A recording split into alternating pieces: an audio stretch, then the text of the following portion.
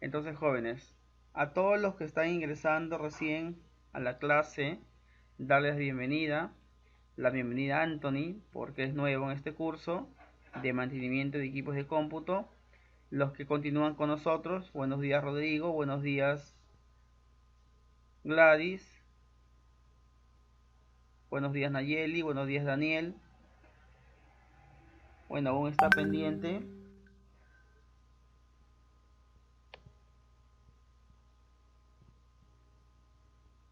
Algunos, ¿no?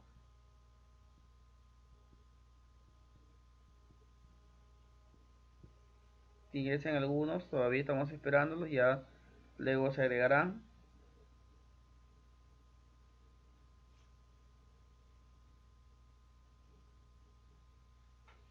al grupo. Entonces, el primer paso que yo debo realizar para poder matricularme al aula virtual Google Classroom, donde hemos creado una clase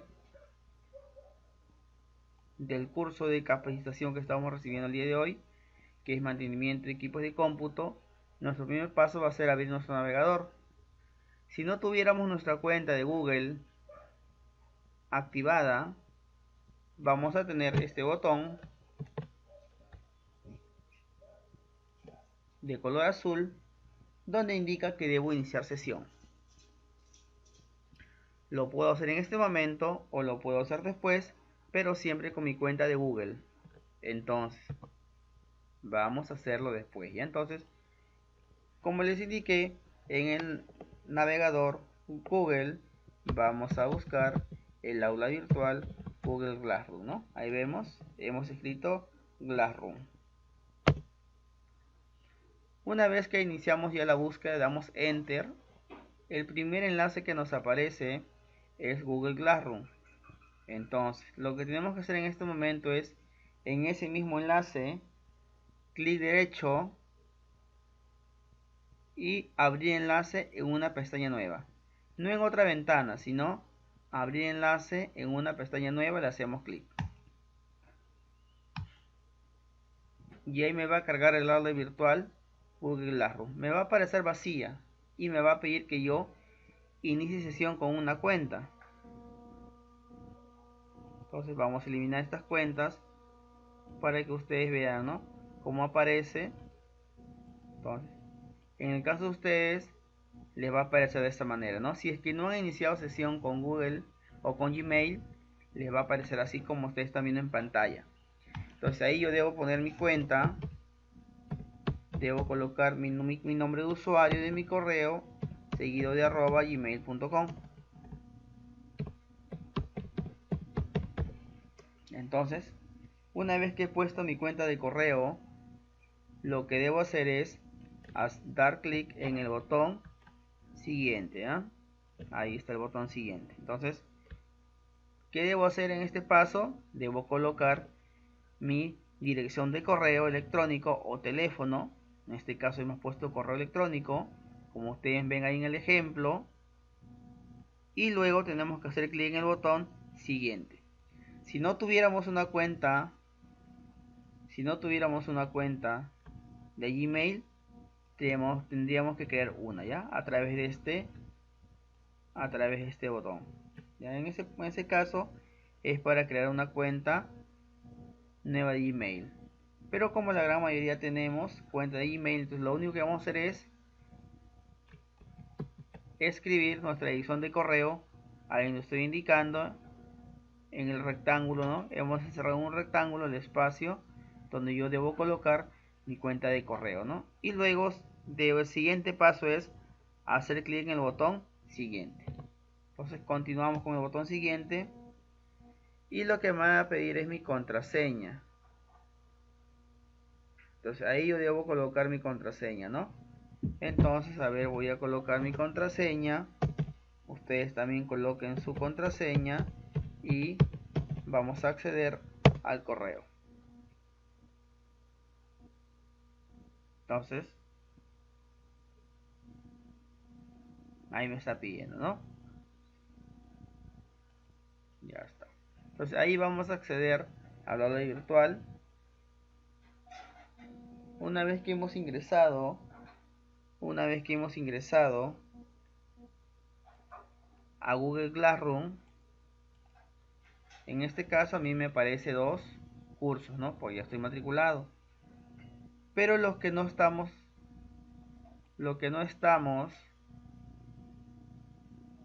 matriculados, en el caso de Anthony, que nos está acompañando en este curso de capacitación, nos aparece de esta manera, ¿no?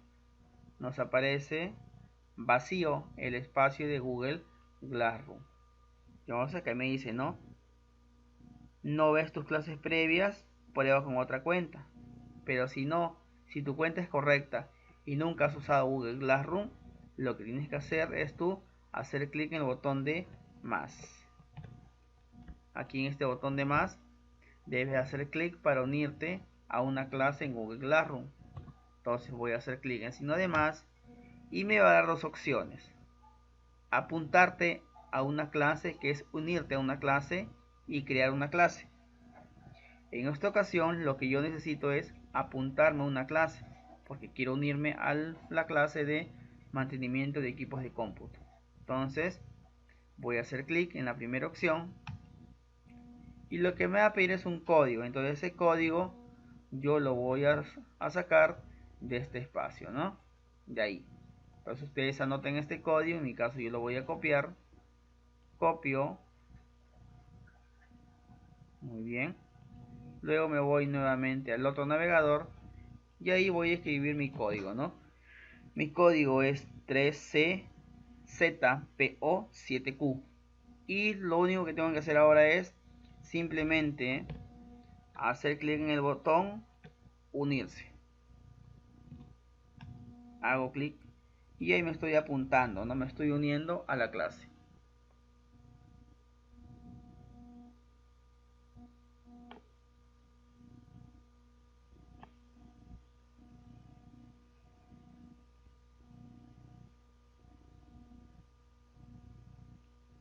Como ven ahí,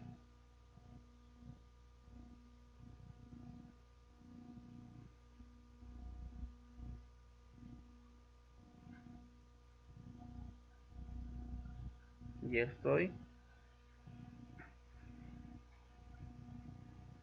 estoy conectado.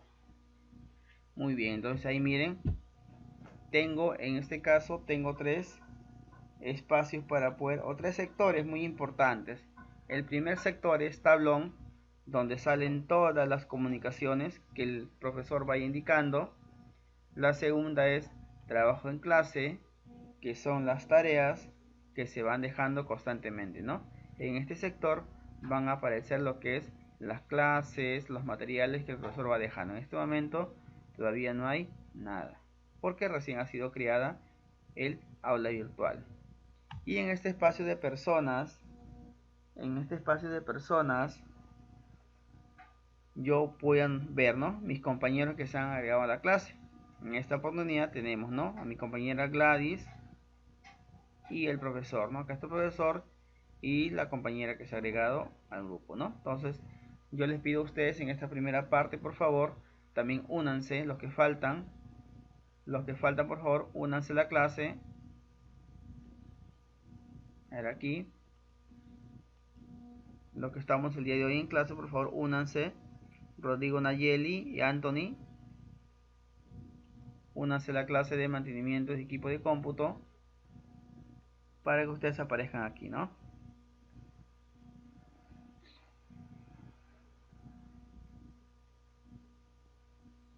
Les doy unos minutos, por favor. Traten de ser un poco rápidos con la explicación que se les ha dado. Traten de unirse a la clase.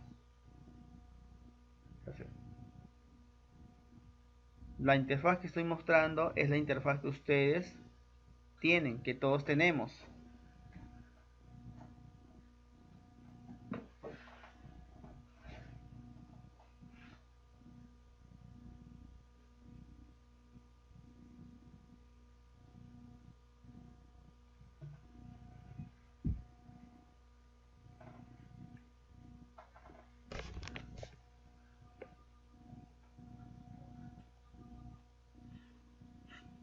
A ver, en este momento lo que vamos a hacer es copiar el código de la clase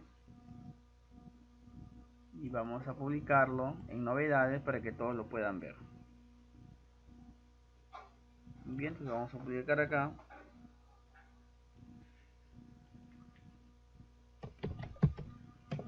A ver, bienvenidos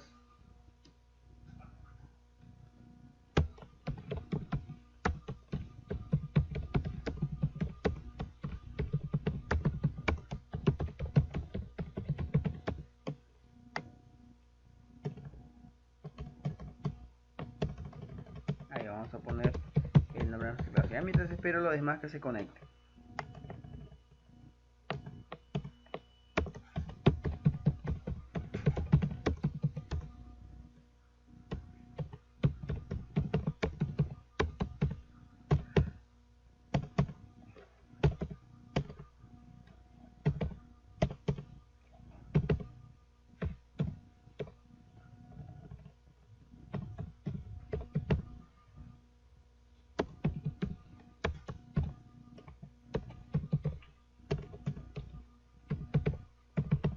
Ahí está, ya. Entonces ahí estamos colocando bienvenidos al aula virtual del curso de mantenimiento de equipos de cómputo del CEPROPISCO. Entonces ahí vamos a publicar en este momento.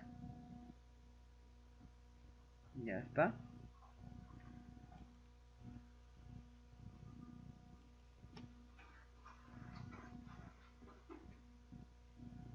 Entonces vamos a colocar acá para iniciar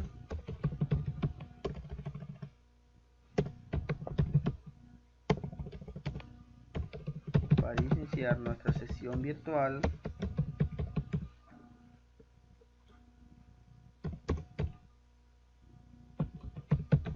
Usaremos el siguiente enlace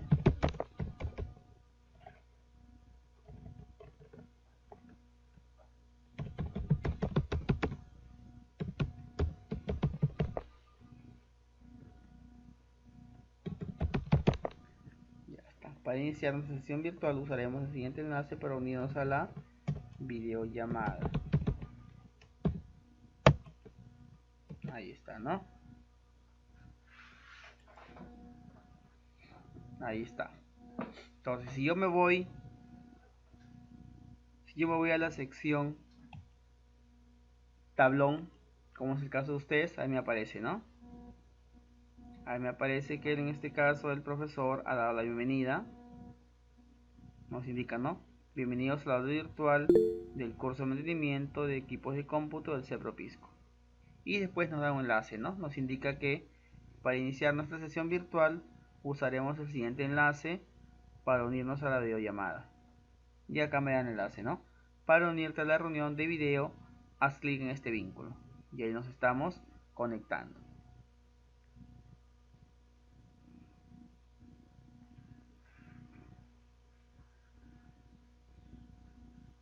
Ahí está. Siempre vamos a usar este enlace, ¿ya? Vamos a usar este enlace para nuestra clase. Muy bien, entonces, vamos a ver quiénes se han inscrito. Anthony, Rodrigo, Nayeli, estamos esperándolos. Muy bien.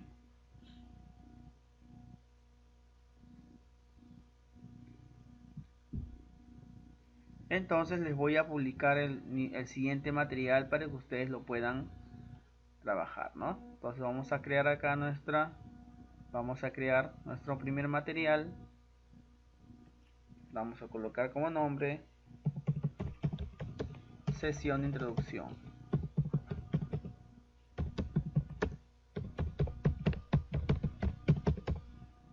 Sesión de introducción.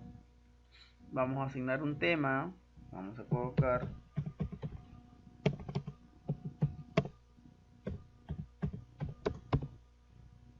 sesión 1. Y aquí, ¿no? Vamos a colocar un mensaje para que ustedes puedan trabajar. Entonces vamos a dar bienvenidos al curso de capacitación. De esta manera también estamos enseñándole a ustedes, ¿no? Cómo usar un aula virtual y cómo configurarla incluso. Bienvenidos al curso de capacitación de mantenimiento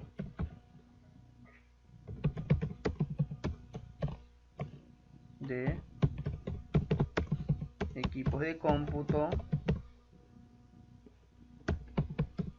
del CEPROPISCO. Hoy es nuestra primera clase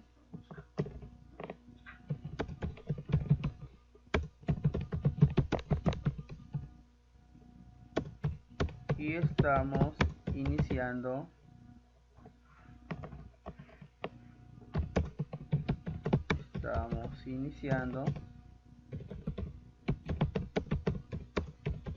con una sesión de introducción.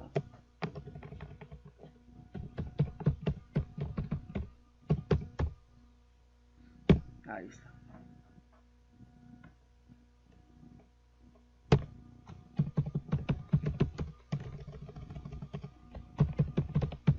Descarga el material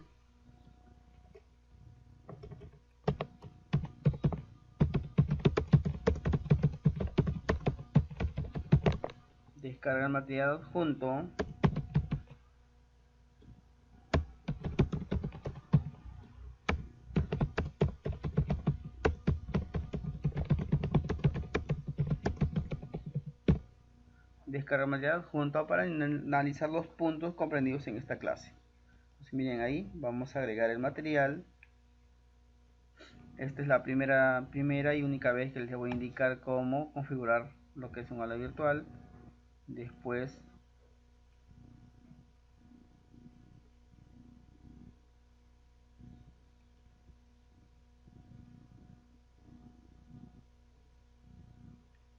ahí está.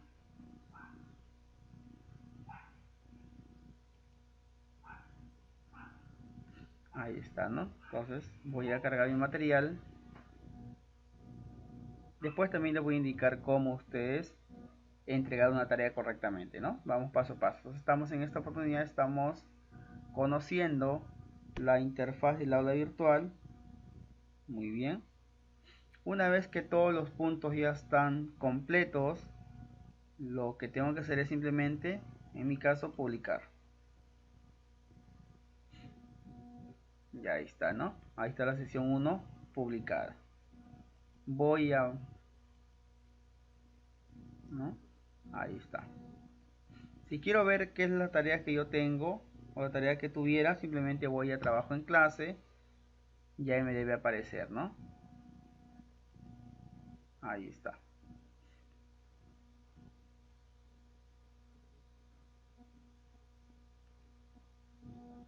Y ahí me aparece lo que es la sesión 1 y me aparece la sección de introducción. Entonces yo le hago un clic donde dice sesión de introducción y ahí puedo ver, ¿no? El mensaje que ha incluido el profesor con el material adjunto.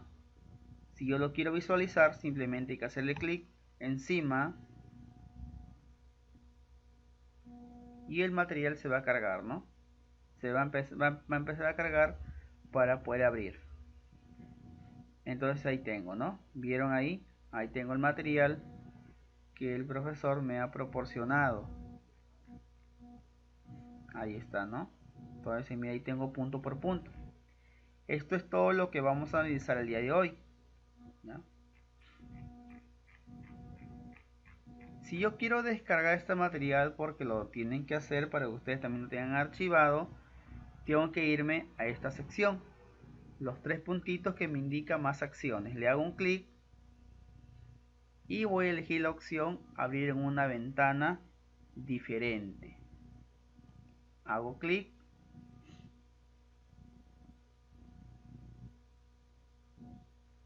Ahí empieza a cargar, ¿no? Ahí empieza a cargar mi material para yo poderme descargar. Voy a esperar que cargue el material y luego cuando ya cargó simplemente debo dirigirme a este botoncito, y hacer un clic para descargar el material. Si miren, ahí le hago un clic y el material en breves segundos va a empezar a descargar. Y vieron, ¿no? Aquí está descargando. Ya descargó. Son los pasos que deben seguir ustedes para poder trabajar con su material. Entonces, por favor, todos descarguen su material de clase y en breves minutos vamos a empezar, ¿no? Con la explicación punto por punto de cada uno de ellos. Entonces ahí les dejo unos minutos, les voy a dar unos minutos para que ustedes puedan trabajar. Nos habíamos quedado en este punto, ¿no? Entonces vamos a explicar paso a paso los aspectos que vamos a ver en esta sección. Entonces vamos acá, minimizar, ahí está, muy bien, y entonces ahí sí pueden ver. Entonces el día de hoy vamos a empezar con la sesión de introducción.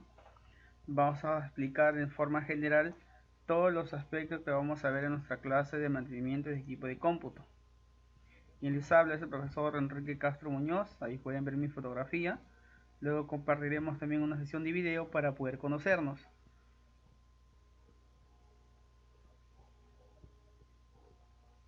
Entonces aquí vemos, ¿no?, más o menos lo que trata nuestro curso.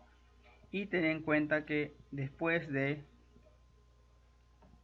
como objetivo general, nosotros vamos a ser capaces de poder resolver, ¿no?, problemas técnicos tanto a nivel hardware como a nivel software. Entonces continuamos. Entonces tenemos como primer punto que es la informática. La palabra informática proviene de dos palabras, información y automática. La informática es una ciencia, es la ciencia que estudia el tratamiento automático de la información. Es por eso que informática viene de información automática y forma la palabra informática. Vamos a profundizar un poco más en esto. El tratamiento automático se hace mediante los sistemas informáticos, que son llamados ordenadores o computadores. Manejar un procesador de texto no se considera informática, sino ofimática. Pero crear un programa con el que podamos editar textos sí lo es. Entonces, los que hemos venido trabajando el curso de Excel y lo que está en el modo de digitación, tengan en cuenta, chicos, que ustedes estén trabajando en lo que es ofimática, más no informática. ¿Por qué? Porque informática sería crear un programa, ¿no?, para poder editar textos. Y tanto el Word y el Excel nosotros no lo creamos. Y es un programa que nosotros descargamos, instalamos y comenzamos a trabajar. Si nosotros creáramos ese Word o algo parecido a Word, ahí sí estaríamos trabajando con lo que es informática. Entonces, la informática estudia lo que los programas son capaces de hacer, lo que se conoce como compatibilidad, de la eficiencia de los algoritmos que se emplean, complejidad y algoritmia, de lo organizado, de la organización y almacenamiento de datos, estructura de datos y bases de datos, de la comunicación entre programas humanos y máquinas, la interfaz del usuario, lenguajes de programación, procesadores de lenguaje, entre otras cosas. Entonces, la informática estudia, ¿no?, todo lo que los programas pueden hacer teniendo como base a la computadora o al ordenador. Recuerden que la computadora no, así como yo les hablo a ustedes me están entendiendo, la computadora no trabaja de esa manera, ¿no? La computadora, para ejecutar acciones, entiende solamente por lenguaje máquina, que sería a través del código binario, ¿no?, 1 y 0. A través de ese lenguaje máquina necesitamos un intermediario. Ese intermediario serían pues los programas de programación, ¿no? En este caso tenemos con el nombre de procesadores de lenguaje o lenguajes de programación, ¿no? Entonces, a través de ese medio que nosotros conocemos como la interfaz, esa interfaz permite que lo que nosotros escribamos o le digamos al computador, en unos casos hablándole, estamos en la época ya moderna, en algunos casos le hablamos al computador y ejecuta ciertas acciones aún todavía básicas. Entonces, y eso es lo que propone la informática, ¿no? La importancia de la informática en nuestros días se debe a que está presente en nuestras vidas de forma habitual y de ella depende el avance de las nuevas tecnologías. Entonces la informática está presente en todas las direcciones, en nuestro hogar, en el trabajo, en la calle, hasta los lugares que menos creamos, ahí está la informática, porque el hombre, a través del avance y la creación de nuevas tecnologías, va creando mecanismos, métodos, va creando computadoras cada vez más pequeñas. Esa computadora que ustedes, que es pequeña y ustedes cargan en su bolsillo, ese es el smartphone. Y el smartphone tiene el mismo hardware que una computadora de tamaño, ¿no? Tamaño de escritorio. Entonces, la informática está presente en nuestras vidas. Muchas veces pasa despercibida, no nos damos cuenta, pero ahí está. Desde el momento que estamos en la calle y nos están vigilando a través de una cámara, también, ¿no? También ya ahí está presente la informática. Entonces todo ello se relaciona con lo que es la informática, en este caso basándose en los ordenadores o computadores y necesitando una interfaz que sería un intérprete. Entonces, para que la computadora entienda la idea o los mensajes que tú le estás transmitiendo y ella puede ejecutar una determinada acción. Entonces, una vez que hemos visto la informática, ¿qué es una computadora? Para entender qué es una computadora, comenzaremos por dar la siguiente definición.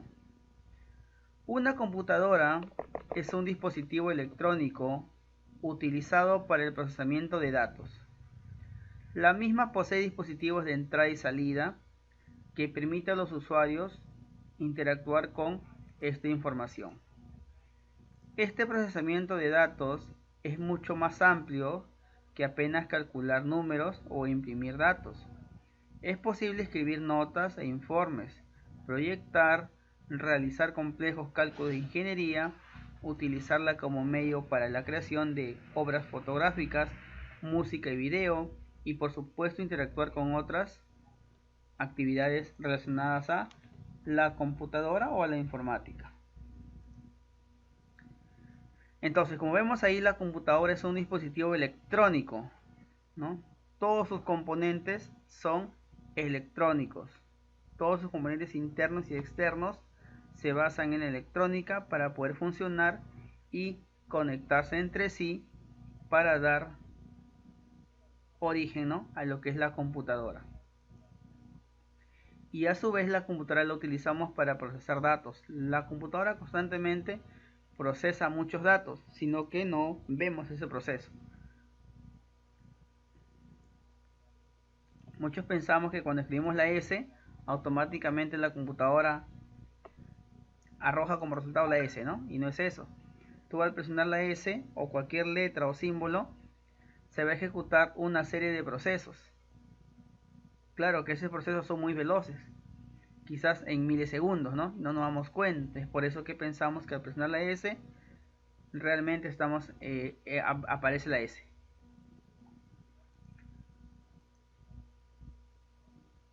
Y la misma computadora posee, ¿no?, dispositivos de entrada y salida. ¿Qué dispositivos de entrada y salida tenemos? Por ejemplo, solamente por nombrar algunos, tenemos lo que es al mouse, al teclado, los más básicos, los parlantes, la webcam, la impresora, el escáner, todo aquel medio que tú puedas conectar y que te sirva para ingresar información es dispositivo de entrada, y todo aquel medio que te sirva para sacar información de la computadora es dispositivo de salida. También tenemos, por ejemplo, para no olvidarnos, los CDs, los DVD, las memorias USB, los discos duros externos, los discos duros internos, ¿no? Son medios de almacenamiento de entrada y de salida.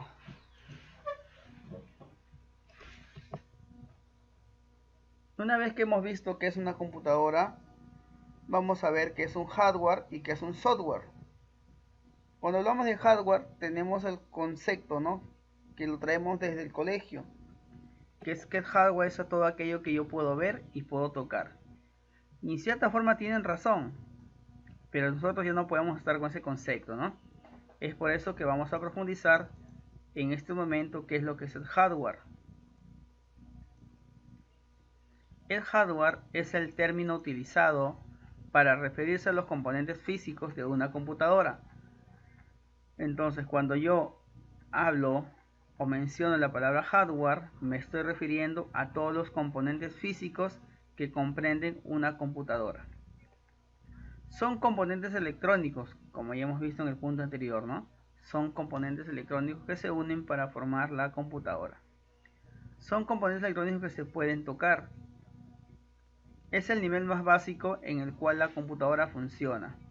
Toda la información que se procesa en una computadora pasa sí o sí por un procesador, un chip responsable de esa tarea, de procesar información. Es el cerebro de la computadora. La memoria es el hardware. La grabadora de CD es hardware. El monitor es hardware.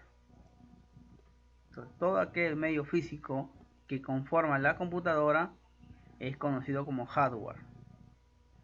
Y también tenemos un elemento muy importante en el hardware, ¿no? Tenemos lo que es el procesador, que sin ese medio la computadora no hace absolutamente nada. Entonces el procesador es muy indispensable para su funcionamiento.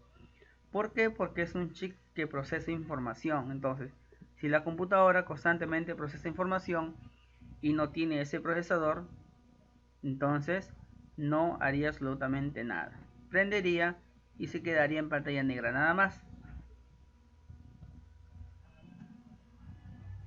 Entonces vamos a pasar ahora al siguiente punto, que es el software.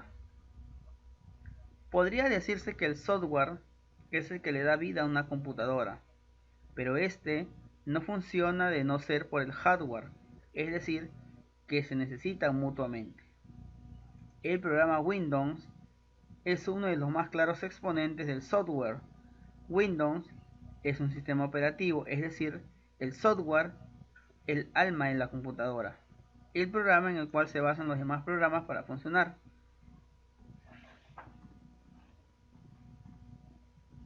Y acá un punto importante, ¿no? Que Windows no es el único sistema operativo, hay muchos más, pero sí es uno de los más populares y del cual nosotros estamos muy acostumbrados. Y es por eso que constantemente todo lo vemos Windows, ¿no? No podemos vivir sin el Windows 10, sin el Windows 7, sin el Windows 8, 8.1 y a la versión que tenemos actualmente, ¿no? Que es el Windows 10. Estamos muy windowsizados, estamos acostumbrados al Windows, ¿ya? Pero eso, y ese no es el único sistema operativo que existe. Hay muchos más sistemas que permiten que la computadora funcione. Entonces, si tengo ya la computadora completa, tanto tengo todos sus hardware completos, ¿qué necesito para que funcione? Necesito el sistema operativo. El sistema operativo es el alma, el que permite que el usuario se pueda comunicar con su computadora. Sin ese Windows, sin ese sistema operativo, la computadora no hace absolutamente nada porque yo no tengo un nivel en el uso de códigos que me permita darle instrucciones a la computadora y ella puede ejecutar diversos procesos. Anoten sus dudas, por favor, luego pasamos a la ronda de preguntas y respuestas. Entonces miren, aquí están los dispositivos de entrada y salida. No todos están, todos los que tienen la flecha apuntando hacia afuera son de salida y todos los que tienen su flechita apuntando hacia adentro son de entrada. Entonces, ¿cuántos dispositivos de entrada tenemos? Ahí después ustedes me van a dar los nombres, ¿ya? Pero yo lo voy a decir rápidamente. Tenemos la webcam, que es un dispositivo de entrada. Tenemos lo que es un micrófono, que también es de entrada. Tenemos el proyector, que es de salida. Tenemos la memoria, el pendrive, que lo conocemos como memoria USB, que es un dispositivo mixto. Por eso tiene una flecha apuntando a ambas direcciones, porque me permite tanto ingresar información y también sacar información de la computadora. Es por eso que es de entrada y de salida. La impresora multifuncional también es de entrada y salida porque traen con ella un escáner. Entonces también es de entrada y salida. Luego tengo el mouse que es de entrada, el teclado que es de entrada y el monitor que es de salida, ¿no? Entonces ahí ustedes ven cuáles son aquellos dispositivos que son de entrada y de salida. Luego tengo las etapas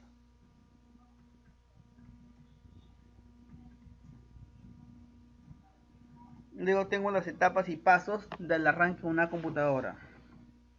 Cuando ustedes presionan ese botón de power para que la computadora encienda, automáticamente ustedes ven que en su pantalla aparecen, ¿no?, unas letras que pasan rápidamente y luego viene el logo de Windows, ¿no? Viene este logo, por ejemplo, o este logo de acá.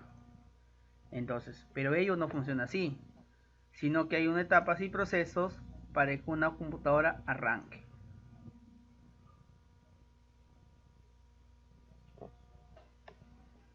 ¿Cuál es el primer proceso o etapa? Uno es presionar el botón de arranque y la fuente, lo que va a hacer la fuente, cuando tú presionas el botón power, la fuente lo que va a hacer es darle energía a todos los componentes internos. En este caso le va a dar energía a la mainboard, que es la placa madre. Cuando la placa madre tiene energía, ya se van activando los demás componentes. Y por ello pasamos al punto 2. La CPU activa el BIOS, que revisará, inicializa y configura los dispositivos y transfiere el mando al dispositivo de boteo o inicio. Entonces, una vez que yo he presionado el botón de encendido, mi placa madre tiene energía, se activa la CPU y la CPU le manda las instrucciones a la BIOS para que revise, para que inicie los dispositivos que están conectados a la computadora. Y si todo eso funciona, automáticamente, si la BIOS detecta que todo funciona correctamente, va a revisar memorias RAM, ¿no?, que estén completamente conectadas, que tanto el mouse, teclado y monitor todos estén conectados. Y una vez que ha detectado todo ello, recién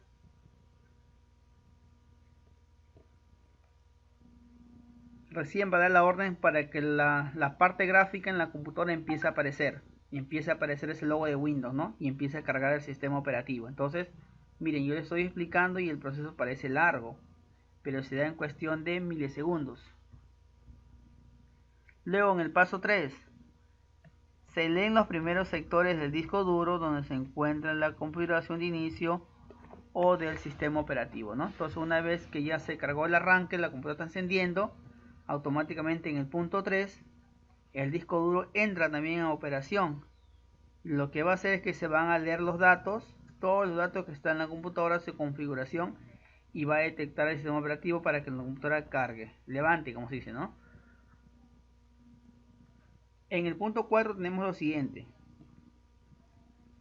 Windows inicia los procesos, comprueba e inicializa todos los dispositivos conectados a la mainboard. Entonces, el sistema operativo, en este caso Windows, lo que va a hacer es detectar que cuente con los recursos, que cuente con el hardware. Es por eso que va a inspeccionar, va a verificar que todos aquellos dispositivos estén conectados a la mainboard, a la placa madre o placa base.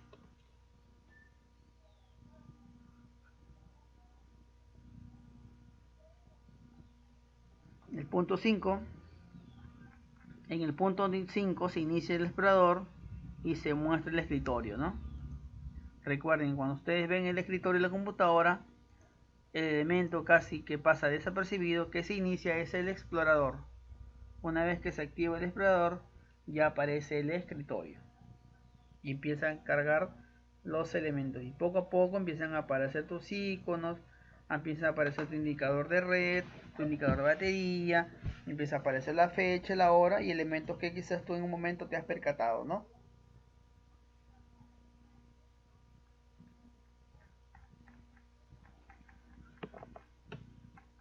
Y en el paso 6, finalmente cargan todas las aplicaciones, ¿no?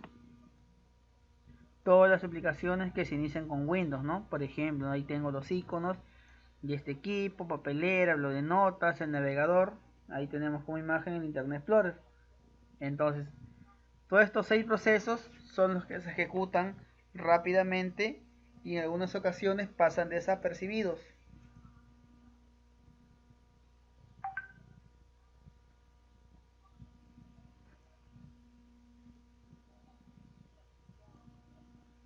Vamos a pasar al siguiente punto. ¿Qué es la mainboard, no? O la placa base o la placa madre. Tanto que hemos visto, hemos hablado de ella, vamos a ver qué cosa es. Entonces, ¿qué es la mainboard? Definición. La mainboard, también conocida como motherboard, placa base o placa madre, es la tarjeta de circuitos impresos que sirve como medio de conexión entre el microprocesador, los circuitos electrónicos de soporte, ranuras para conectar parte o toda la memoria RAM del sistema, la ROM, y ranuras especiales conocidas como slot, que permiten la conexión de tarjetas adaptadoras adicionales. Estas tarjetas de expansión suelen realizar funciones de control de periférico, tales como monitores, impresoras, unidades de control de periférico, tales como monitores, impresoras, unidades de disco, etc. Se diseña básicamente para realizar tareas específicas vitales, como el funcionamiento de la computadora, como por ejemplo las de conexión física, administración, control y distribución de energía eléctrica, comunicación de datos, temporización, sincronismo, control y monitoreo. Para que la mainboard cumpla con su cometido, lleva instalado un software muy básico denominado BIOS. Entonces, la mainboard es aquel elemento físico que permite que todos los componentes físicos se conecten a ella, ¿no? Estamos hablando de los principales. En este caso, principales, ¿cuál es? El procesador, la memoria RAM y la mainboard, placa base o placa madre. Lo que es distribuir las órdenes. Cada elemento que se conecta a ella tiene una distribución en su orden, en qué orden debe funcionar, cuál de ellos se activan primero y secuencialmente cómo se van activando todos los elementos conectados a la placa madre base para que puedan funcionar correctamente. Entonces, pero a su vez la mainboard se ayuda de un software, y ese software, que es muy básico, se le llama BIOS. Ya, muy bien, entonces es lo que podemos explicar hasta el momento de la mainboard. Más adelante vamos a ver otros aspectos más técnicos. Ahora, vamos a ver la diferencia entre una placa pura o una placa integrada. Cuando hablamos de placa, estamos hablando de la misma placa madre, placa base o mainboard. Muy bien, entonces, ¿cuándo sabemos que una placa es pura? Tomen nota, y también ahí tienen su material. La placa pura es aquella que no trae componentes integrados, como el sonido, la red, el video. Son conocidas también como no integradas. ¿Cómo reconocerlo? Pues la manera más fácil es verificando que no tengan conectores de audio VGA red, y además que tengan ranuras o slot de video AGP o PCI Express. Intel era uno de los pocos fabricantes de mainboard que sacaba al mercado placas puras, en contraste con PC Chics, VIA, Soyo, etc. Cuando hablo de PC Chics, VIA, Soyo, etc., estoy hablando de empresas que fabrican placas base. Entonces, como ustedes ven en la imagen ahí, se hacen una comparación. En la placa integrada yo tengo lo que estoy señalando, es el puerto VGA, tengo el puerto de red,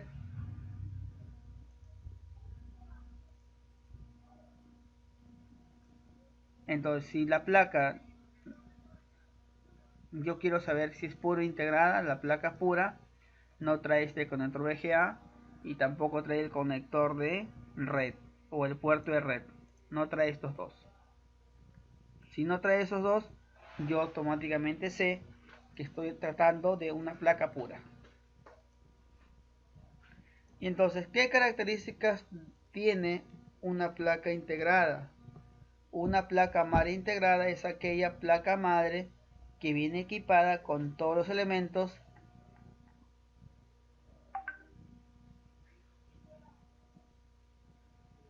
y chips que le permiten controlar los periféricos conectados a la computadora.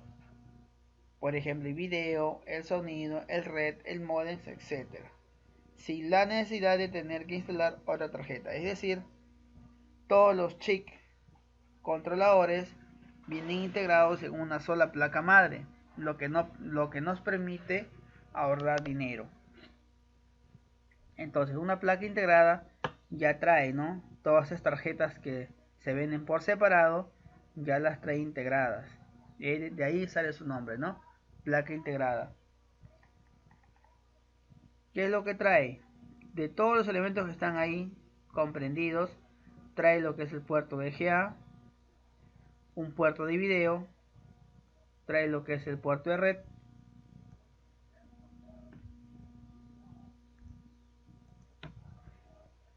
y una placa pura no lo trae, ¿no? No trae el puerto de red y no trae el puerto de red y el puerto VGA. Entonces la placa integrada sí. Entonces lo único que tienes que hacer tú es conectar nada más, a diferencia de la placa pura que no trae. ¿Cuál es la ventaja y desventajas? La desventaja, por decir solamente una, la placa pura es que vas a tener que comprar por separado una tarjeta de video y una tarjeta de red. Y la placa integrada, una desventaja es que su proceso va a ser un poco más lento.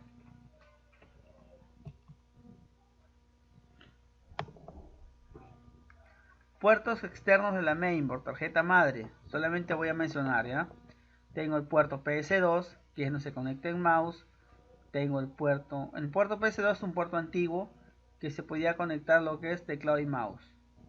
Dependiendo del color que traía el conector del mouse o el teclado, iba colocado en ese puerto PS2 con ese mismo color. Después tenemos los puertos USB. El puerto USB es un puerto muy moderno y en la actualidad me sirve para conectar cualquier dispositivo, desde una memoria USB hasta una impresora, instrumentos musicales, ¿no? Pasando por todos ellos. El puerto VGA.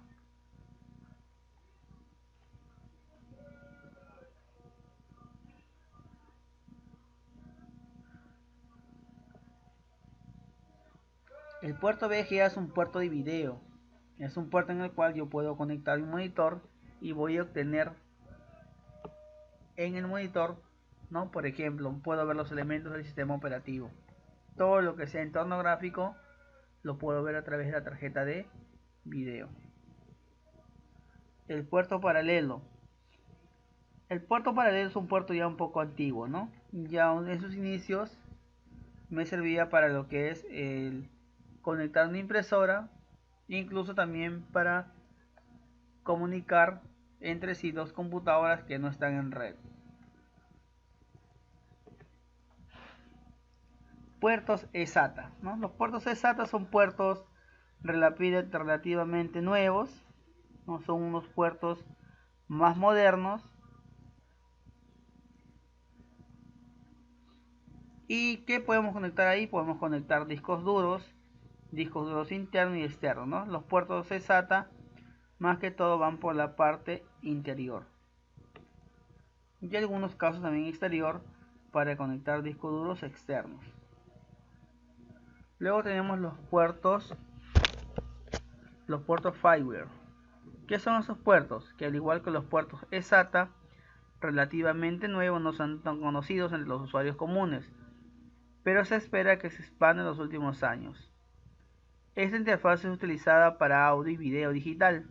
Entonces, los puertos fireware son puertos más que todo para trabajar lo que es audio y video digital. El puerto serial. El puerto serial es una interfaz de comunicación de datos digitales, ¿no? El puerto de salida es un puerto también antiguo, que normalmente se usaba para conectar en algunos casos, conectar lo que son el mouse y palancas de juego, ¿no? La tarjeta de sonido, saben que la tarjeta de sonido no, su función es de emitir aquellos sonidos que yo estoy reproduciendo en la computadora a través de una bocina, ¿no? A través de un parlante, a través de un subwoofer, y yo conectando a la tarjeta de red me aparecen todos aquellos sonidos que yo estoy reproduciendo en la computadora.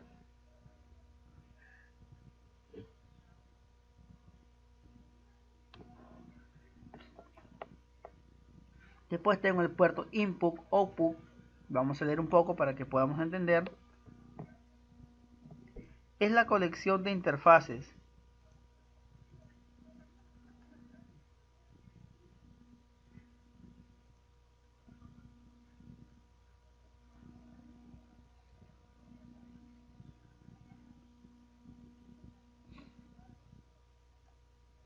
el puerto input output lo único que me permite es, o su función principal es de la entrada y salida de señal, que como es un poco, no es muy usado, lo vamos a ver más adelante con una práctica, un ejercicio. Entonces, luego tengo los puertos RJ45, también conocidos como puertos de red. Este puerto RJ45 lo que hace es poder comunicarme a través de un cable que se conecta en ese puerto, conectarme con una computadora o más, y también conectarme a lo que es internet a través de una señal telefónica, a través de un cable de fibra óptica, como es en la actualidad. Puerto HDMI. El puerto HDMI es un puerto ultra moderno, es un puerto que transmite video, pero también transmite sonido, a diferencia del puerto VGA, que solamente transmite video, no sonido. El puerto HDMI es un puerto digital y su función principal es la de transmitir video y audio en formato digital, de alta, incluso también de alta resolución, ¿no? Ya depende del monitor que estamos empleando. Entonces pasamos al siguiente punto. Ahí tenemos, ¿no?, los diferentes puertos de la computadora para que ustedes se puedan ubicar. Miren, ahí tenemos puertos paralelos, USB, red. Este red es el puerto RJ45, ¿ya?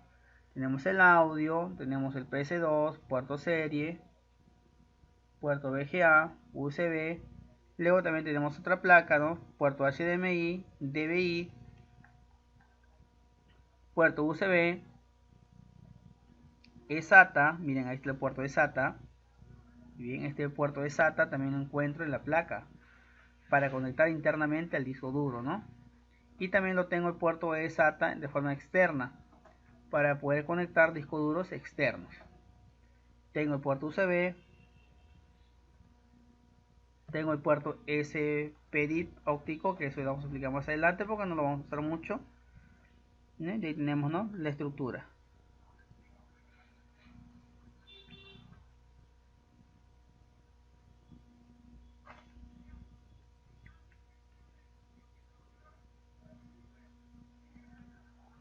Muy bien, vamos a pasar al siguiente punto. Componentes internos de la placa madre. ¿Cuáles son los componentes internos de la placa madre, ¿no? ¿Qué componentes tiene la placa madre en su interior? Entonces, en términos generales, lo que encontramos es el zócalo, que es el socket del microprocesador. Tenemos los chipsets, puerto norte y puerto sur. Después vamos a ver las importancias de estos puertos. Las ranuras de memoria RAM, las ranuras PCI Express, ranuras PCI, los conectores USB y audio, conectores de fuente ATX, conectores SATA, conector ventilador de CPU, conocido como el CPU fan, conector de panel de control, BIOS y la pila, ¿no? La computadora, aunque muchos no lo crean, lleva una pila en su interior. Esa pila es de vital importancia para que nuestra computadora encienda rápidamente y reconozca todos los dispositivos conectados a ella. Ahí tenemos, ¿no?, los diferentes zócalos del microprocesador. Lo que tenemos ahí son zócalos. ¿Qué es un zócalo? Es un lugar que aloja el microprocesador, ¿no? Ahí tenemos el socket LGA 735, tenemos el socket mismo modelo, pero diferente serie, LGA 1155, 1156, tenemos el 1366, tenemos el socket 529 y así el socket va cambiando, ¿no? El socket depende mucho de los microprocesadores, como va con el tiempo va cambiando, son más veloces, también el socket va cambiando. El socket, recuerden que es el lugar donde va alojado, donde va colocado, instalado el microprocesador. Y acá tengo, ¿no? Tengo tipos de microprocesadores. Actualmente tenemos dos empresas muy grandes a nivel mundial que tienen el monopolio de los procesadores, ¿no? De los microprocesadores. ¿Cuáles son? Uno es Intel, que es conocido, y el otro es AMD, ¿no? También tenemos, por ejemplo, incursionando en los procesadores al mercado chino, tenemos al procesador Kirin de Huawei, y por el momento solamente lo usan sus smartphones, luego los va a ampliar a lo que son sus computadoras, y ahí vamos viendo algunos ejemplos.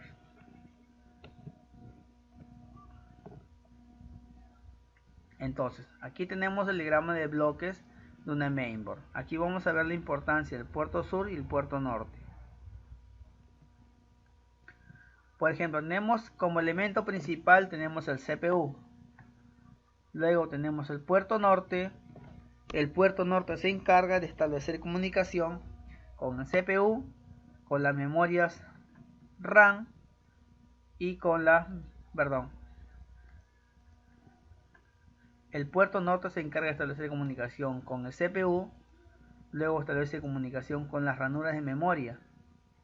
El lugar donde van alojadas las memorias se comunican directamente con el puerto norte. Y a su vez también el puerto norte se comunica directamente con lo que es las ranuras de tarjeta gráfica. Si es integrada, ya se comunica directamente con el puerto VGA, ¿no? En este caso las ranuras de memoria siempre son integradas. Y a su vez el puente sur se comunica ya con los demás elementos. El puerto norte solamente es para establecer comunicación entre las ranuras de memoria, la ranura de tarjeta gráfica con la CPU. Luego pasamos al bus intermedio para dar paso al puerto norte, y el puerto norte ya establece comunicación con los demás, ¿no? Con el bus PCI, con las ranuras PCI, con la controla gráfico de onboard, y eso lo voy a explicar más adelante. También establece comunicación con los puertos I de SATA, USB y los demás puertos, ¿no?, que existan en la computadora.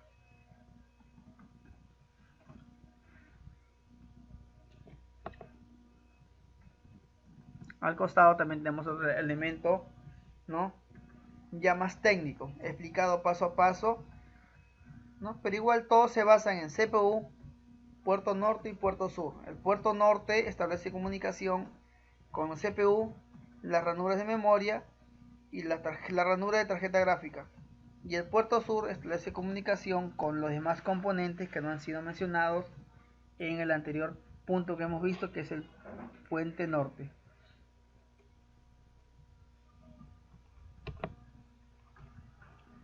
Entonces, luego de ello tenemos la memoria, ¿no? Tenemos la memoria DDR, DDR2, DDR3, DDR4. Y ahí tenemos, ¿no? Y eso ya, como es parte teórica, ya ustedes lo van a analizar.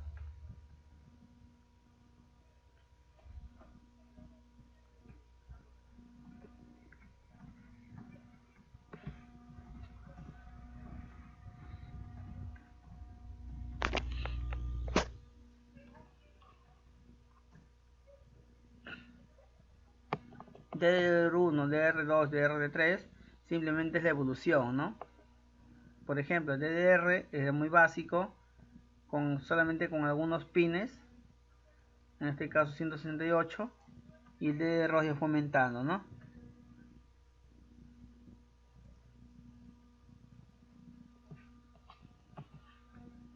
Luego tenemos la forma correcta de cómo colocar internamente.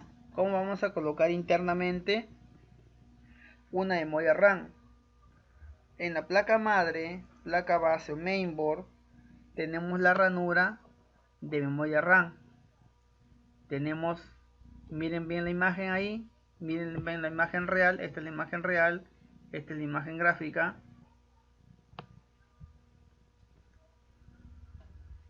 Cómo se debe conectar una memoria RAM, ¿no?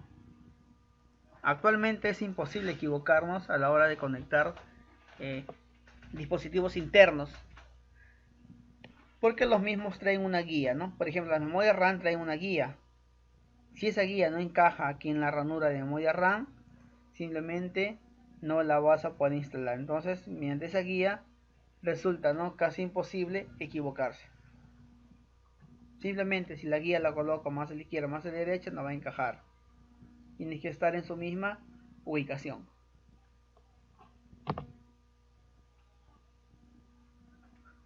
Después tengo las ranuras PCI Express. Tengo la ranura PCI Express 16X, las cuales me sirven para conectar las tarjetas gráficas. Esas tarjetas gráficas que trabajan a mucha velocidad.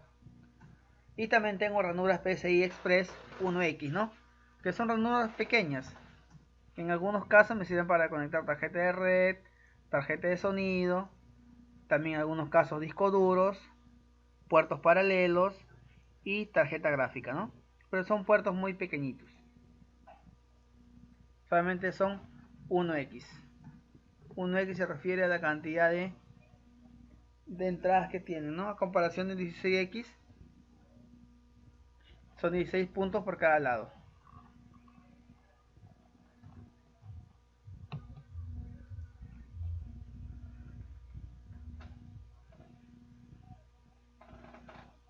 Luego tenemos la ranura PCI. Definición: una ranura PCI o Fedival, ¿no?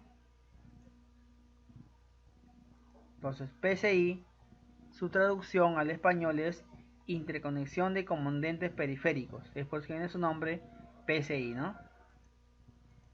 La ranura PCI es usada para conectar tarjetas de extensión adicionales a una computadora, ¿no? ¿Qué podemos conectar? Tarjeta de sonido, una tarjeta de red, una tarjeta de TV, conocido como sintonizadores de TV, o algunos modems.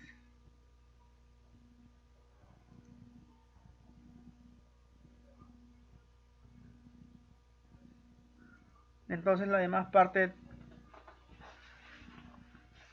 teórica ya ustedes tienen ahí. Ahí tengo, ¿no? Tengo mi mainboard. Ahí estoy señalando cuáles son las ranuras PCI. Estas dos son ranuras PCI. Estas son ranuras PCI 1X. Recuerda, son más pequeñitas. Y la acá es la ranura AGP, ¿no? Para conectar la tarjeta gráfica. Pero recuerden que en las ranuras PCI Express, que son de otro tipo, también puedo conectar tarjetas gráficas ahí, ¿no? Y esta placa que marca es una placa BioStar. Avanzamos. Entonces ahí tenemos los componentes internos. Los componentes internos, el USB y sonido. Estamos hablando del sonido interno, de aquel sonido que escuchamos, por ejemplo, cuando encendemos la computadora, escuchamos un pitillo. Algunas veces es corto, algunas veces es más largo, y en algunos casos es repetitivo, ¿ya? Muy bien, entonces ven ahí, tenemos los conectores internos para USB.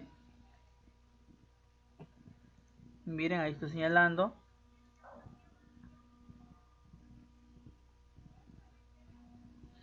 Entonces los conectores internos para USB consisten en una conexión de 4 pines para conectar dispositivos USB a la placa.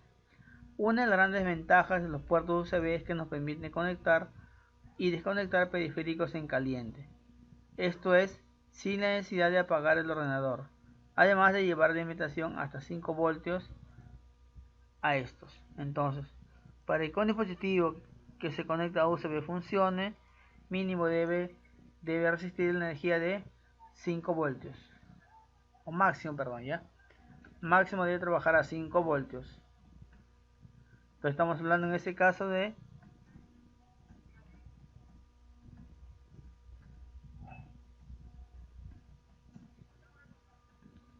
Le puedo conectar ahí memoria USB, puedo conectar disco duro, una impresora, todo aquello que yo quiera conectar y tenga una entrada USB, puedo hacer uso de este puerto, ¿no? Para poder conectar. Aquí tenemos, por ejemplo, un dispositivo que amplía, es un dispositivo multiconexión. Aquí puedo conectar todo tipo de tarjetas, pero para poder conectar internamente a la computadora tengo que hacerlo a través de un puerto USB. Y aquí abajo me da su configuración, ¿no? También es muy difícil equivocarse porque también tiene un orden, tiene unas indicaciones que están grabadas en los conectores y grabadas en la placa.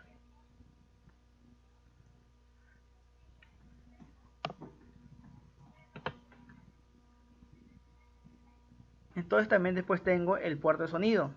Este puerto de sonido siempre van en la parte delantera de la computadora, siempre van unidos. Siempre van unidos, ¿ya? La forma de conectarlo, lo que ustedes ven ahí, nosotros lo vamos a ver más adelante en clase con nuestras prácticas. Luego pasamos al siguiente. Vamos a pasar a lo que es case, carcaso, gabinete, ¿no? Pero vamos a dar una pequeña pausa, un pequeño receso de 15 minutos, ¿ya? Porque también, ¿ya? Entonces ahí vamos a dar un receso de 15 minutos, ¿ya? Para poder descansar y luego retomamos. Con nuestra clase el día de hoy nos habíamos quedado en este punto. Entonces vamos a avanzar. Y también tenemos aquí la fuente SwitchSync, ¿no? Aquí están las fuentes SwitchSync, que es una fuente de alimentación. La mayoría de los case tienen una fuente de alimentación. La fuente de alimentación permite proveer corriente eléctrica a los distintos componentes del equipo. En los Estados Unidos la fuente de alimentación provee un máximo de 120 voltios a 60 Hz, mientras que en Europa y Latinoamérica la norma es de 220 voltios a 50 Hz.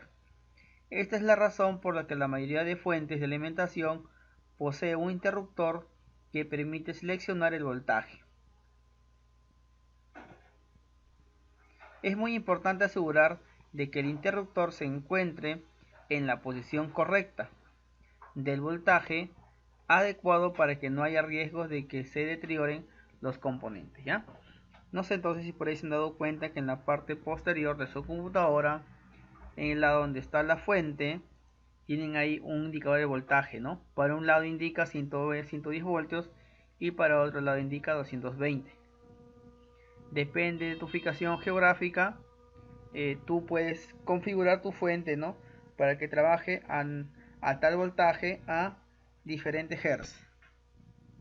Entonces eso ya lo vamos a configurar, vamos a verificar más adelante, ¿no?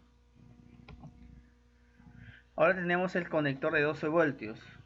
Cuando hablamos del conector de 12 voltios, estamos hablando de ese conector que provee energía, ¿no?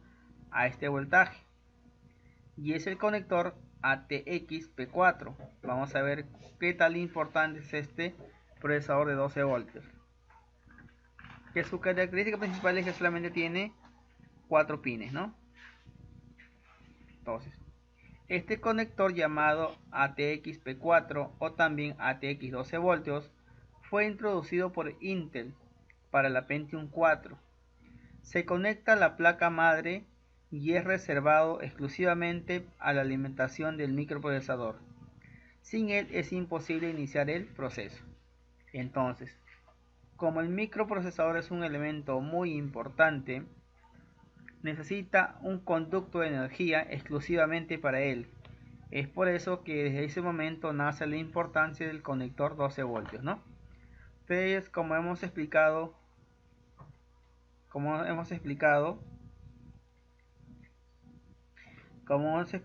puntos atrás, el conector de 12 voltios es un conector importantísimo, ¿no? ¿Por qué surge? Surge porque los microprocesadores trabajan a grandes velocidades y por ello necesitan exclusividad en el tema de energía eléctrica. Es por eso que surge este conector ATX-P4 o también llamado ATX 12 voltios. En la actualidad, la mayoría de placas madres poseen 8 pines, debido al aumento en la potencia del CPU. En las últimas normas de fuentes de alimentación, esto se traduce como el uso de 8 pines, llamado a veces EPS 12 voltios, compuesto de 2 bloques de 4 pines, para garantizar la compatibilidad con placas antiguas y placas clásicas ATX P4. Pues aquí está, ¿no? Esta es la antigua, donde solamente hay 4, y esta es la moderna, donde vienen 8 pines: 1, 2, 3, 4, 5, 6, 7, 8. 8.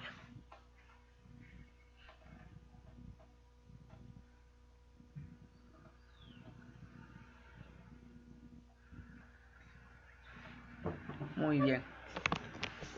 Entonces las placas antiguas solamente traen 4 pines y las buenas traen 8. ¿Por qué surge eso? Porque cada vez el nivel de proceso de los procesadores es más rápido. Y a más rapidez el consumo de energía aumenta.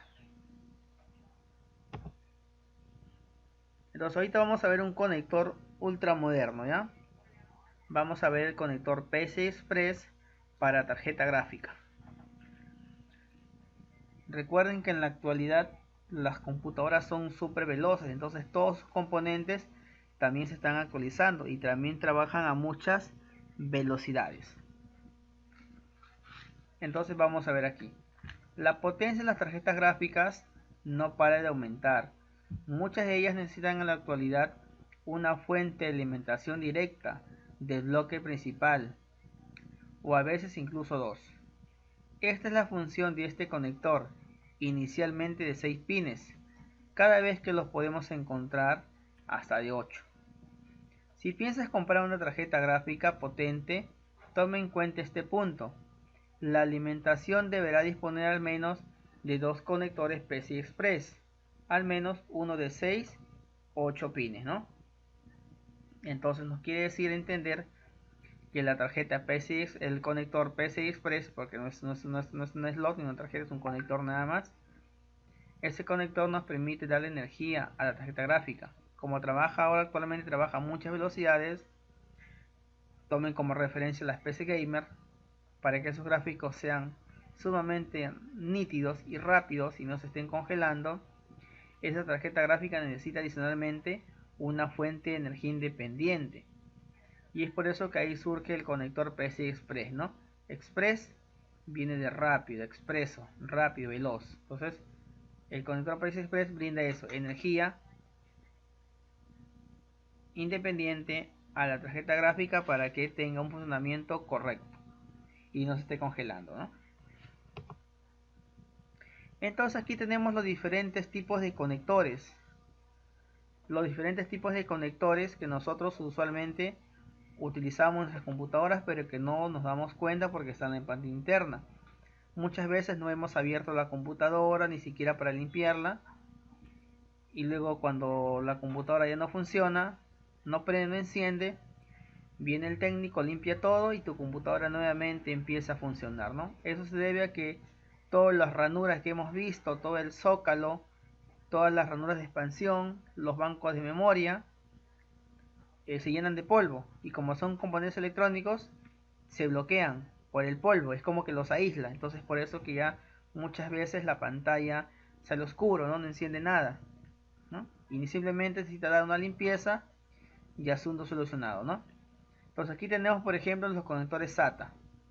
Antiguamente, en la época de la prehistoria, mentira, épocas atrás, existía unos conectores, ¿no? Que eran como unas fajas. Luego les voy a mostrar, ¿ya? Que les voy a mostrar, a ver.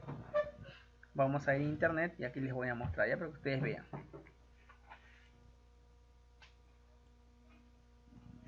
Acá voy a poner.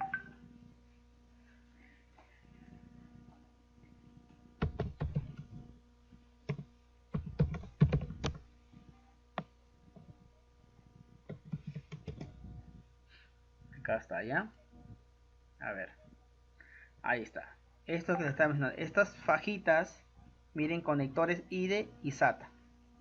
Estas fajitas, llamados conectores IDE, se usaban antiguamente para poder conectar los distintos periféricos, por ejemplo como disco duro, lectoras de CD, lectoras de disquete, para conectarlo con la placa madre.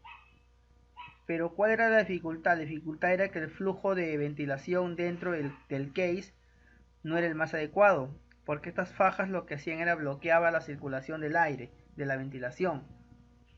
Es por eso que quedaron en el olvido, se dejaron de utilizar, y es por eso que aparecen los conectores SATA. Estos conectores SATA tienen la misma función, conectan el disco duro, conectan lectoras,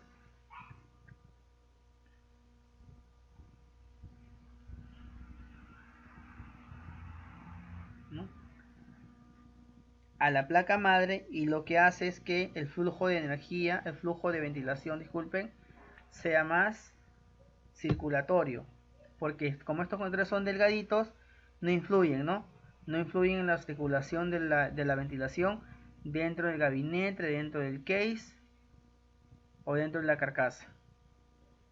En la placa base vamos a encontrar estos tipos de entradas de conector, y aquí es donde van los conectores SATA, y luego se conectan aquí, ¿no?, al dispositivo. Yo deseo conectar, pero también con ello también surge lo que es la alimentación SATA, que también es una alimentación mucho más delgado.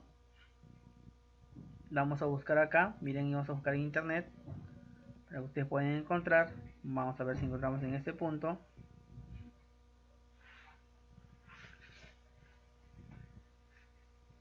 Vamos a buscar acá.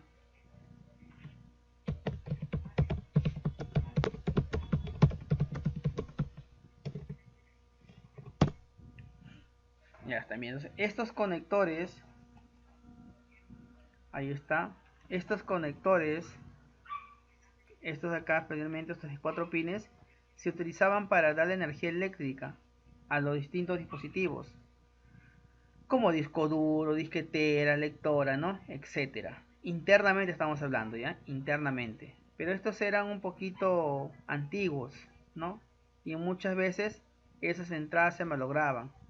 Entonces es por ello que también surge lo que son la alimentación SATA, que tienen esta forma, ¿no?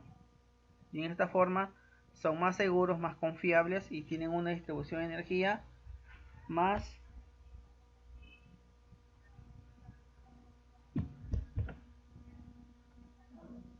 uniforme.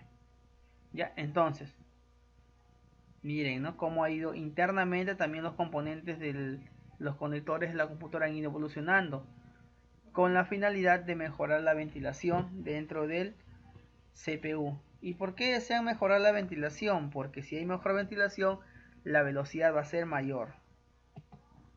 Entonces miren aquí, ¿no?, la forma como se conectan, luego lo vamos a ver. Recuerden que ustedes en su casa sí o sí deben tener, ¿no?, para la parte de mantenimiento de una computadora, deben tener al menos una PC para que ustedes hagan sus prácticas, que puedan desarmar, ¿no? Recuerden que una PC, una laptop es igual, la única diferencia es el tamaño y la forma como lo vas a desarmar cambia, ¿no? Y ya tienes que empezar a destapar de una manera diferente, pero los componentes internos son los mismos, solamente están reducidos en tamaño, así que no te vayas a asustar. Después tenemos el conector CPU fan. El conector CPU fan es aquel conector que brinda energía eléctrica al disipador. El disipador, o también conocido como cooler. Los componentes internos de la caja de una computadora, especialmente los circuitos integrados, los chips, cada uno de ellos generan calor. Entonces, dentro del CPU se maneja mucho calor, por lo mismo que estamos trabajando con componentes electrónicos. Y es por ello que las fajas reducieron su dimensión, dejaron de ser IDE a ser SATA, que es más delgadita la transmisión. Comúnmente son cables rojos, pero pueden ser negros, azules, ya eso depende del fabricante. Pero todos tienen la misma función. La acumulación de calor puede ser devastadora para los circuitos integrados, que normalmente tienen una vida útil larga. Por esta razón se utiliza una combinación de ventiladores y disipadores térmicos para eliminar el exceso de calor en el interior de una computadora, ¿ya? Entonces, recuerden que los circuitos electrónicos son circuitos serigrafiados. Tienen componentes que ante la exposición de calor tienden a malograrse, en unos casos derretirse, ¿no? Ya me estoy yendo al extremo, pero si hay una computadora que tiene mucho calor, sus componentes empiezan a deteriorarse. Y es por eso que surge el conector CPU fan, que es el que le da energía, le da ventilación al CPU, ¿no? Y ese es el conector fan, ¿no? Tipo A, tipo B. Por eso se llama conector CPU fan, porque es un conector que la única función es conectar en ese terminal un flujo de energía que va a ir directamente al disipador del procesador. Ahí tenemos también otros conectores fan, ¿no? Miren ahí, tenemos otros conectores fan que se utilizan, por ejemplo, para disqueteras, ¿no? Para otros ya dispositivos que necesitan energía. Y traen ese tipo de conector, el conector CPU fan. Pero en este caso ya no sería CPU fan, solamente conectores fan. CPU es cuando es solamente para el microprocesador. Y fan cuando es para otro dispositivo que necesita energía eléctrica, ¿no? Por ejemplo, las disqueteras, ¿no? U otro elemento. Y aquí tenemos el panel de control. ¿Qué será el panel de control en el mundo del ensamblaje? El panel de control en el mundo del ensamblaje es físicamente aquellos botones que te sirven para apagar y reiniciar tu computadora. Pero internamente con unos cables están conectados a la placa base. ¿Y dónde se conectan? Se conecta a este panel, panel llamado panel 1. Tú te preguntarás, ¿no? ¿Y cómo voy a conectar correctamente los pines? No te preocupes, que aquí cada fabricante en su placa incluye un manual. Y en ese manual te va a decir, todavía así como ves aquí el gráfico de colores, cómo conectarlo correctamente, ¿no? También cada conector trae un nombre. Y es por eso que es imposible que tú te equivoques. Tiene nombre tanto en el conector como en la placa, también tiene sus nombres. Y es imposible que tú te equivoques. Y si te equivocas, pues fácil, ya te compras otra placa base nada más, no hay problema, ¿no?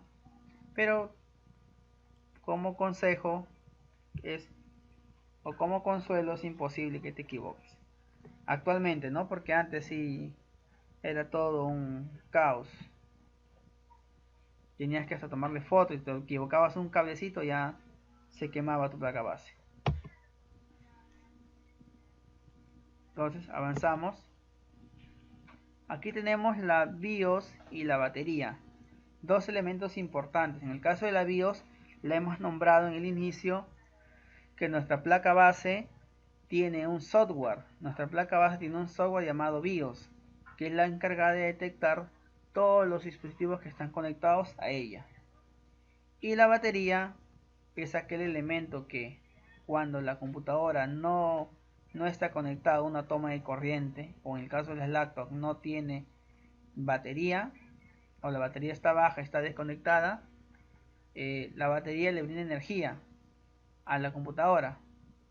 Pero no es la batería que tiene tu laptop, por si acaso. La batería es como una pilita nada más, que es la encargada de darle energía básica a la computadora, con la finalidad de guardar los cambios, guardar las configuraciones. Si tú has conectado, por ejemplo, un teclado, un mouse, la BIOS la detecta, pero al mismo tiempo guarda esa configuración. Y para ese proceso necesita energía. Y esa energía la proporciona la pila. Es por ello también que cuando tú te has percatado que cuando tú utilizas una PC de escritorio que no tiene ninguna batería, así como el laptop, tu fecha y hora siempre está actualizada. ¿Y por qué está actualizada? Porque hay energía y aún así está apagada, esa energía la brinda la pila. Entonces, dice BIOS, Basic Input Output System, sistema básico de entrada y salida de datos. Programa que reside en la memoria EPROM. Ver memoria BIOS no volátil. Es un programa tipo fireware. La BIOS es una parte esencial del hardware que es totalmente configurable y es donde se controlan los procesos de flujo de información en el bus de ordenador, entre el sistema operativo y los demás periféricos. También incluye la configuración de aspectos importantes en la máquina, ¿no? Pues estos son aspectos técnicos que yo se los he No, pues, resumido, ¿no? cortado. Es práctico. Escríbeme, a ver, no te escucho muy bien. No, profesor, se le escucha cortado. Ay, a ver. Y a ver, ahora qué tal. Ahora sí, ahora sí. Ah, muy bien, ya. Perfecto, entonces continuamos. Sí, profesor, continúe, Muy continúe. bien. Ya, entonces, estamos hablando acerca de la BIOS y la batería. Entonces, en el caso de la BIOS, repito, es el software que permite que la placa identifique conjuntamente con el sistema operativo, en este caso puede ser Windows, que todos los dispositivos están conectados y funcionan correctamente. Pero cuando la computadora está apagada, esa BIOS también necesita energía y esa energía la proporciona la pila, en este caso la batería, ¿no? Pero no la vayamos a confundir con la batería de la laptop, sino solamente es la pila, ya la vamos a llamar pila y batería ya lo que trae el componente que trae la laptop para que funcione sin un puente o un ducto de corriente eléctrica o un punto de energía, ¿no? Entonces miren aquí está la conexión de la mainboard, ustedes pueden ver ahí, todo ello nosotros lo vamos a ver, pero lo vamos a ver en la práctica. Ahí tenemos las referencias, las conexiones internas, externas. Todo ello en este momento puede ser muy complejo, pero cuando hagamos las prácticas, una vez que finalicemos el curso, yo les vuelvo a enseñar ese diseño y ustedes en su mayoría lo van a entender. Entonces, estamos llegando ya a la parte final de esta exposición. Luego les voy a dejar unas actividades para que ustedes vayan desarrollando en base a lo que hemos explicado el día de hoy. Entonces, como les decía, necesitamos unos materiales básicos, que en algunos casos lo tenemos en casa y quizás aún no se han percatado. Por ejemplo, necesitamos lo que es alcohol isopropílico. Si queremos limpiar o incluso lavar, no sé si por ahí han escuchado que con una placa base se puede lavar. Entonces la placa base se puede lavar, pero no lo vas a lavar con agua ni con detergente. Si tú quieres lavar tu placa base porque supongamos que tiene mucho tiempo, no te aconsejo que lo hagas, pero si has escuchado ese término, lavar tu placa base o lavar algunos componentes, tú lo puedes hacer con el alcohol isopropílico. ¿Cuál es la diferencia entre el alcohol isopropílico y el alcohol? El alcohol común y corriente que conocemos tiene una cierta cantidad de agua y esa agua es perjudicial para los componentes electrónicos. Es por eso que surge el alcohol isopropílico libre de agua, ¿no? Solamente es alcohol puro, sin ninguna, sin ninguna cantidad de agua. Entonces, ese alcohol isopropílico tú le puedes aplicar a tus componentes electrónicos y ten la seguridad que no se va a malograr. Después el alcohol isopropílico, ¿dónde lo podemos encontrar? En cualquier ferretería, en cualquier tienda, en cualquier centro comercial, en cualquier bodeguita de la casa, ¿no? Que venda implementos electrónicos. Entonces, si tú pides el código propílico te van a dar, ¿no? La imagen que tú ves ahí es una referencial, puedes encontrar diferentes tamaños, formas y marcas. Luego vamos a necesitar también un multitester, ¿ya? Pero lo vamos a utilizar muy poco. Luego necesitamos lo que es una linterna, necesitamos lo que son algunos, en este caso algunos aceites, ya para poder trabajar algunos pasos que vamos a tener que hacer. Necesitamos una brocha, necesitamos también lo que es algunas ligas, un desarmador Esta es la pasta térmica. Miren aquí, esta es la pasta térmica. Tenemos el alcohol isopropílico, el multitester, una pequeña linterna, algunos líquidos que son especiales que en su momento yo les voy a pedir, pero todavía no vamos a utilizar. Una brocha, ahí está la brocha, algunas ligas que sirven para sujetar los cables. Tenemos la pasta térmica, aquí está la pasta térmica por delante y por ambos lados. Esta es una cinta antimagnética, ¿no? Es una cinta antimagnética. Recuerden que cuando ustedes van a empezar a limpiar su computadora, nosotros estamos llenos de estática. Esta cinta lo que hace es eliminar la estática. Pero la manera más fácil y casera de eliminar la estática, sin necesidad de esta pulsera, simplemente es quitándose cualquier objeto metálico del cuerpo. Si tienes un anillo, un arete, un collar, incluso un llavero, todo lo que sea metal, retíralo de tu cuerpo, ¿no? De tus dedos, tu mano, tus orejas, e incluso un piercing también, ¿no? Lleva lo que es mucho la estática. Entonces tú deshates de toda la parte metálica y por unos segundos coge el gabinete. Tú coges el gabinete y ahí ya liberas estática. Después necesitamos un paño, un borrador blanco, la marca ya ustedes determinen. Después necesitamos un kit, un set de herramientas, ¿no? Por ejemplo, un clipador, una pinza, ¿no? Y más elementos que vemos acá.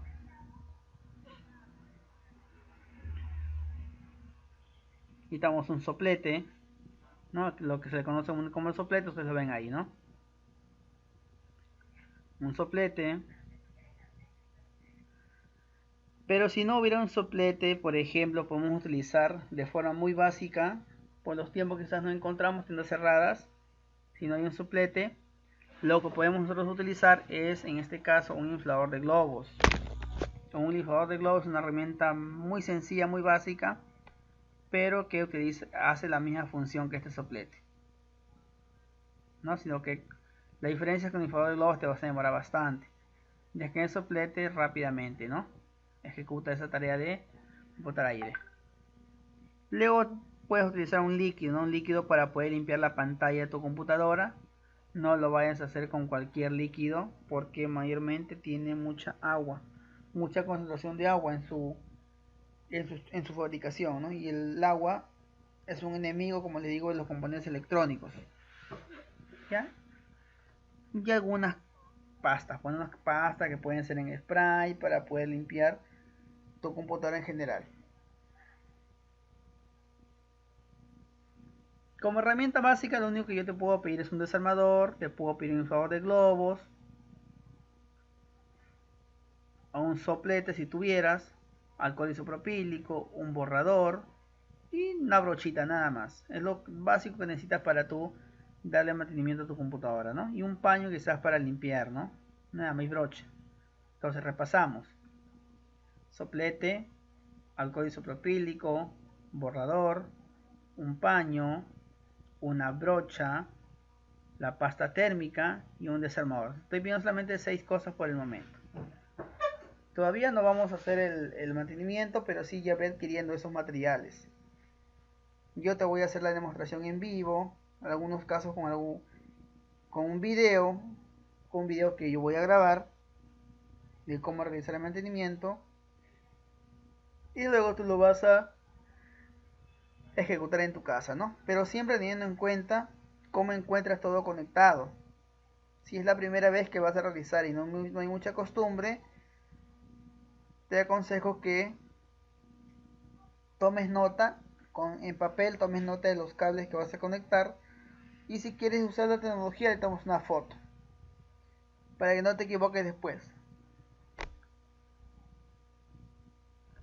Es imposible equivocarse, pero más vale tener seguridad. Entonces después simplemente hemos terminado con la parte teórica, ¿ya? Entonces en estos momentos yo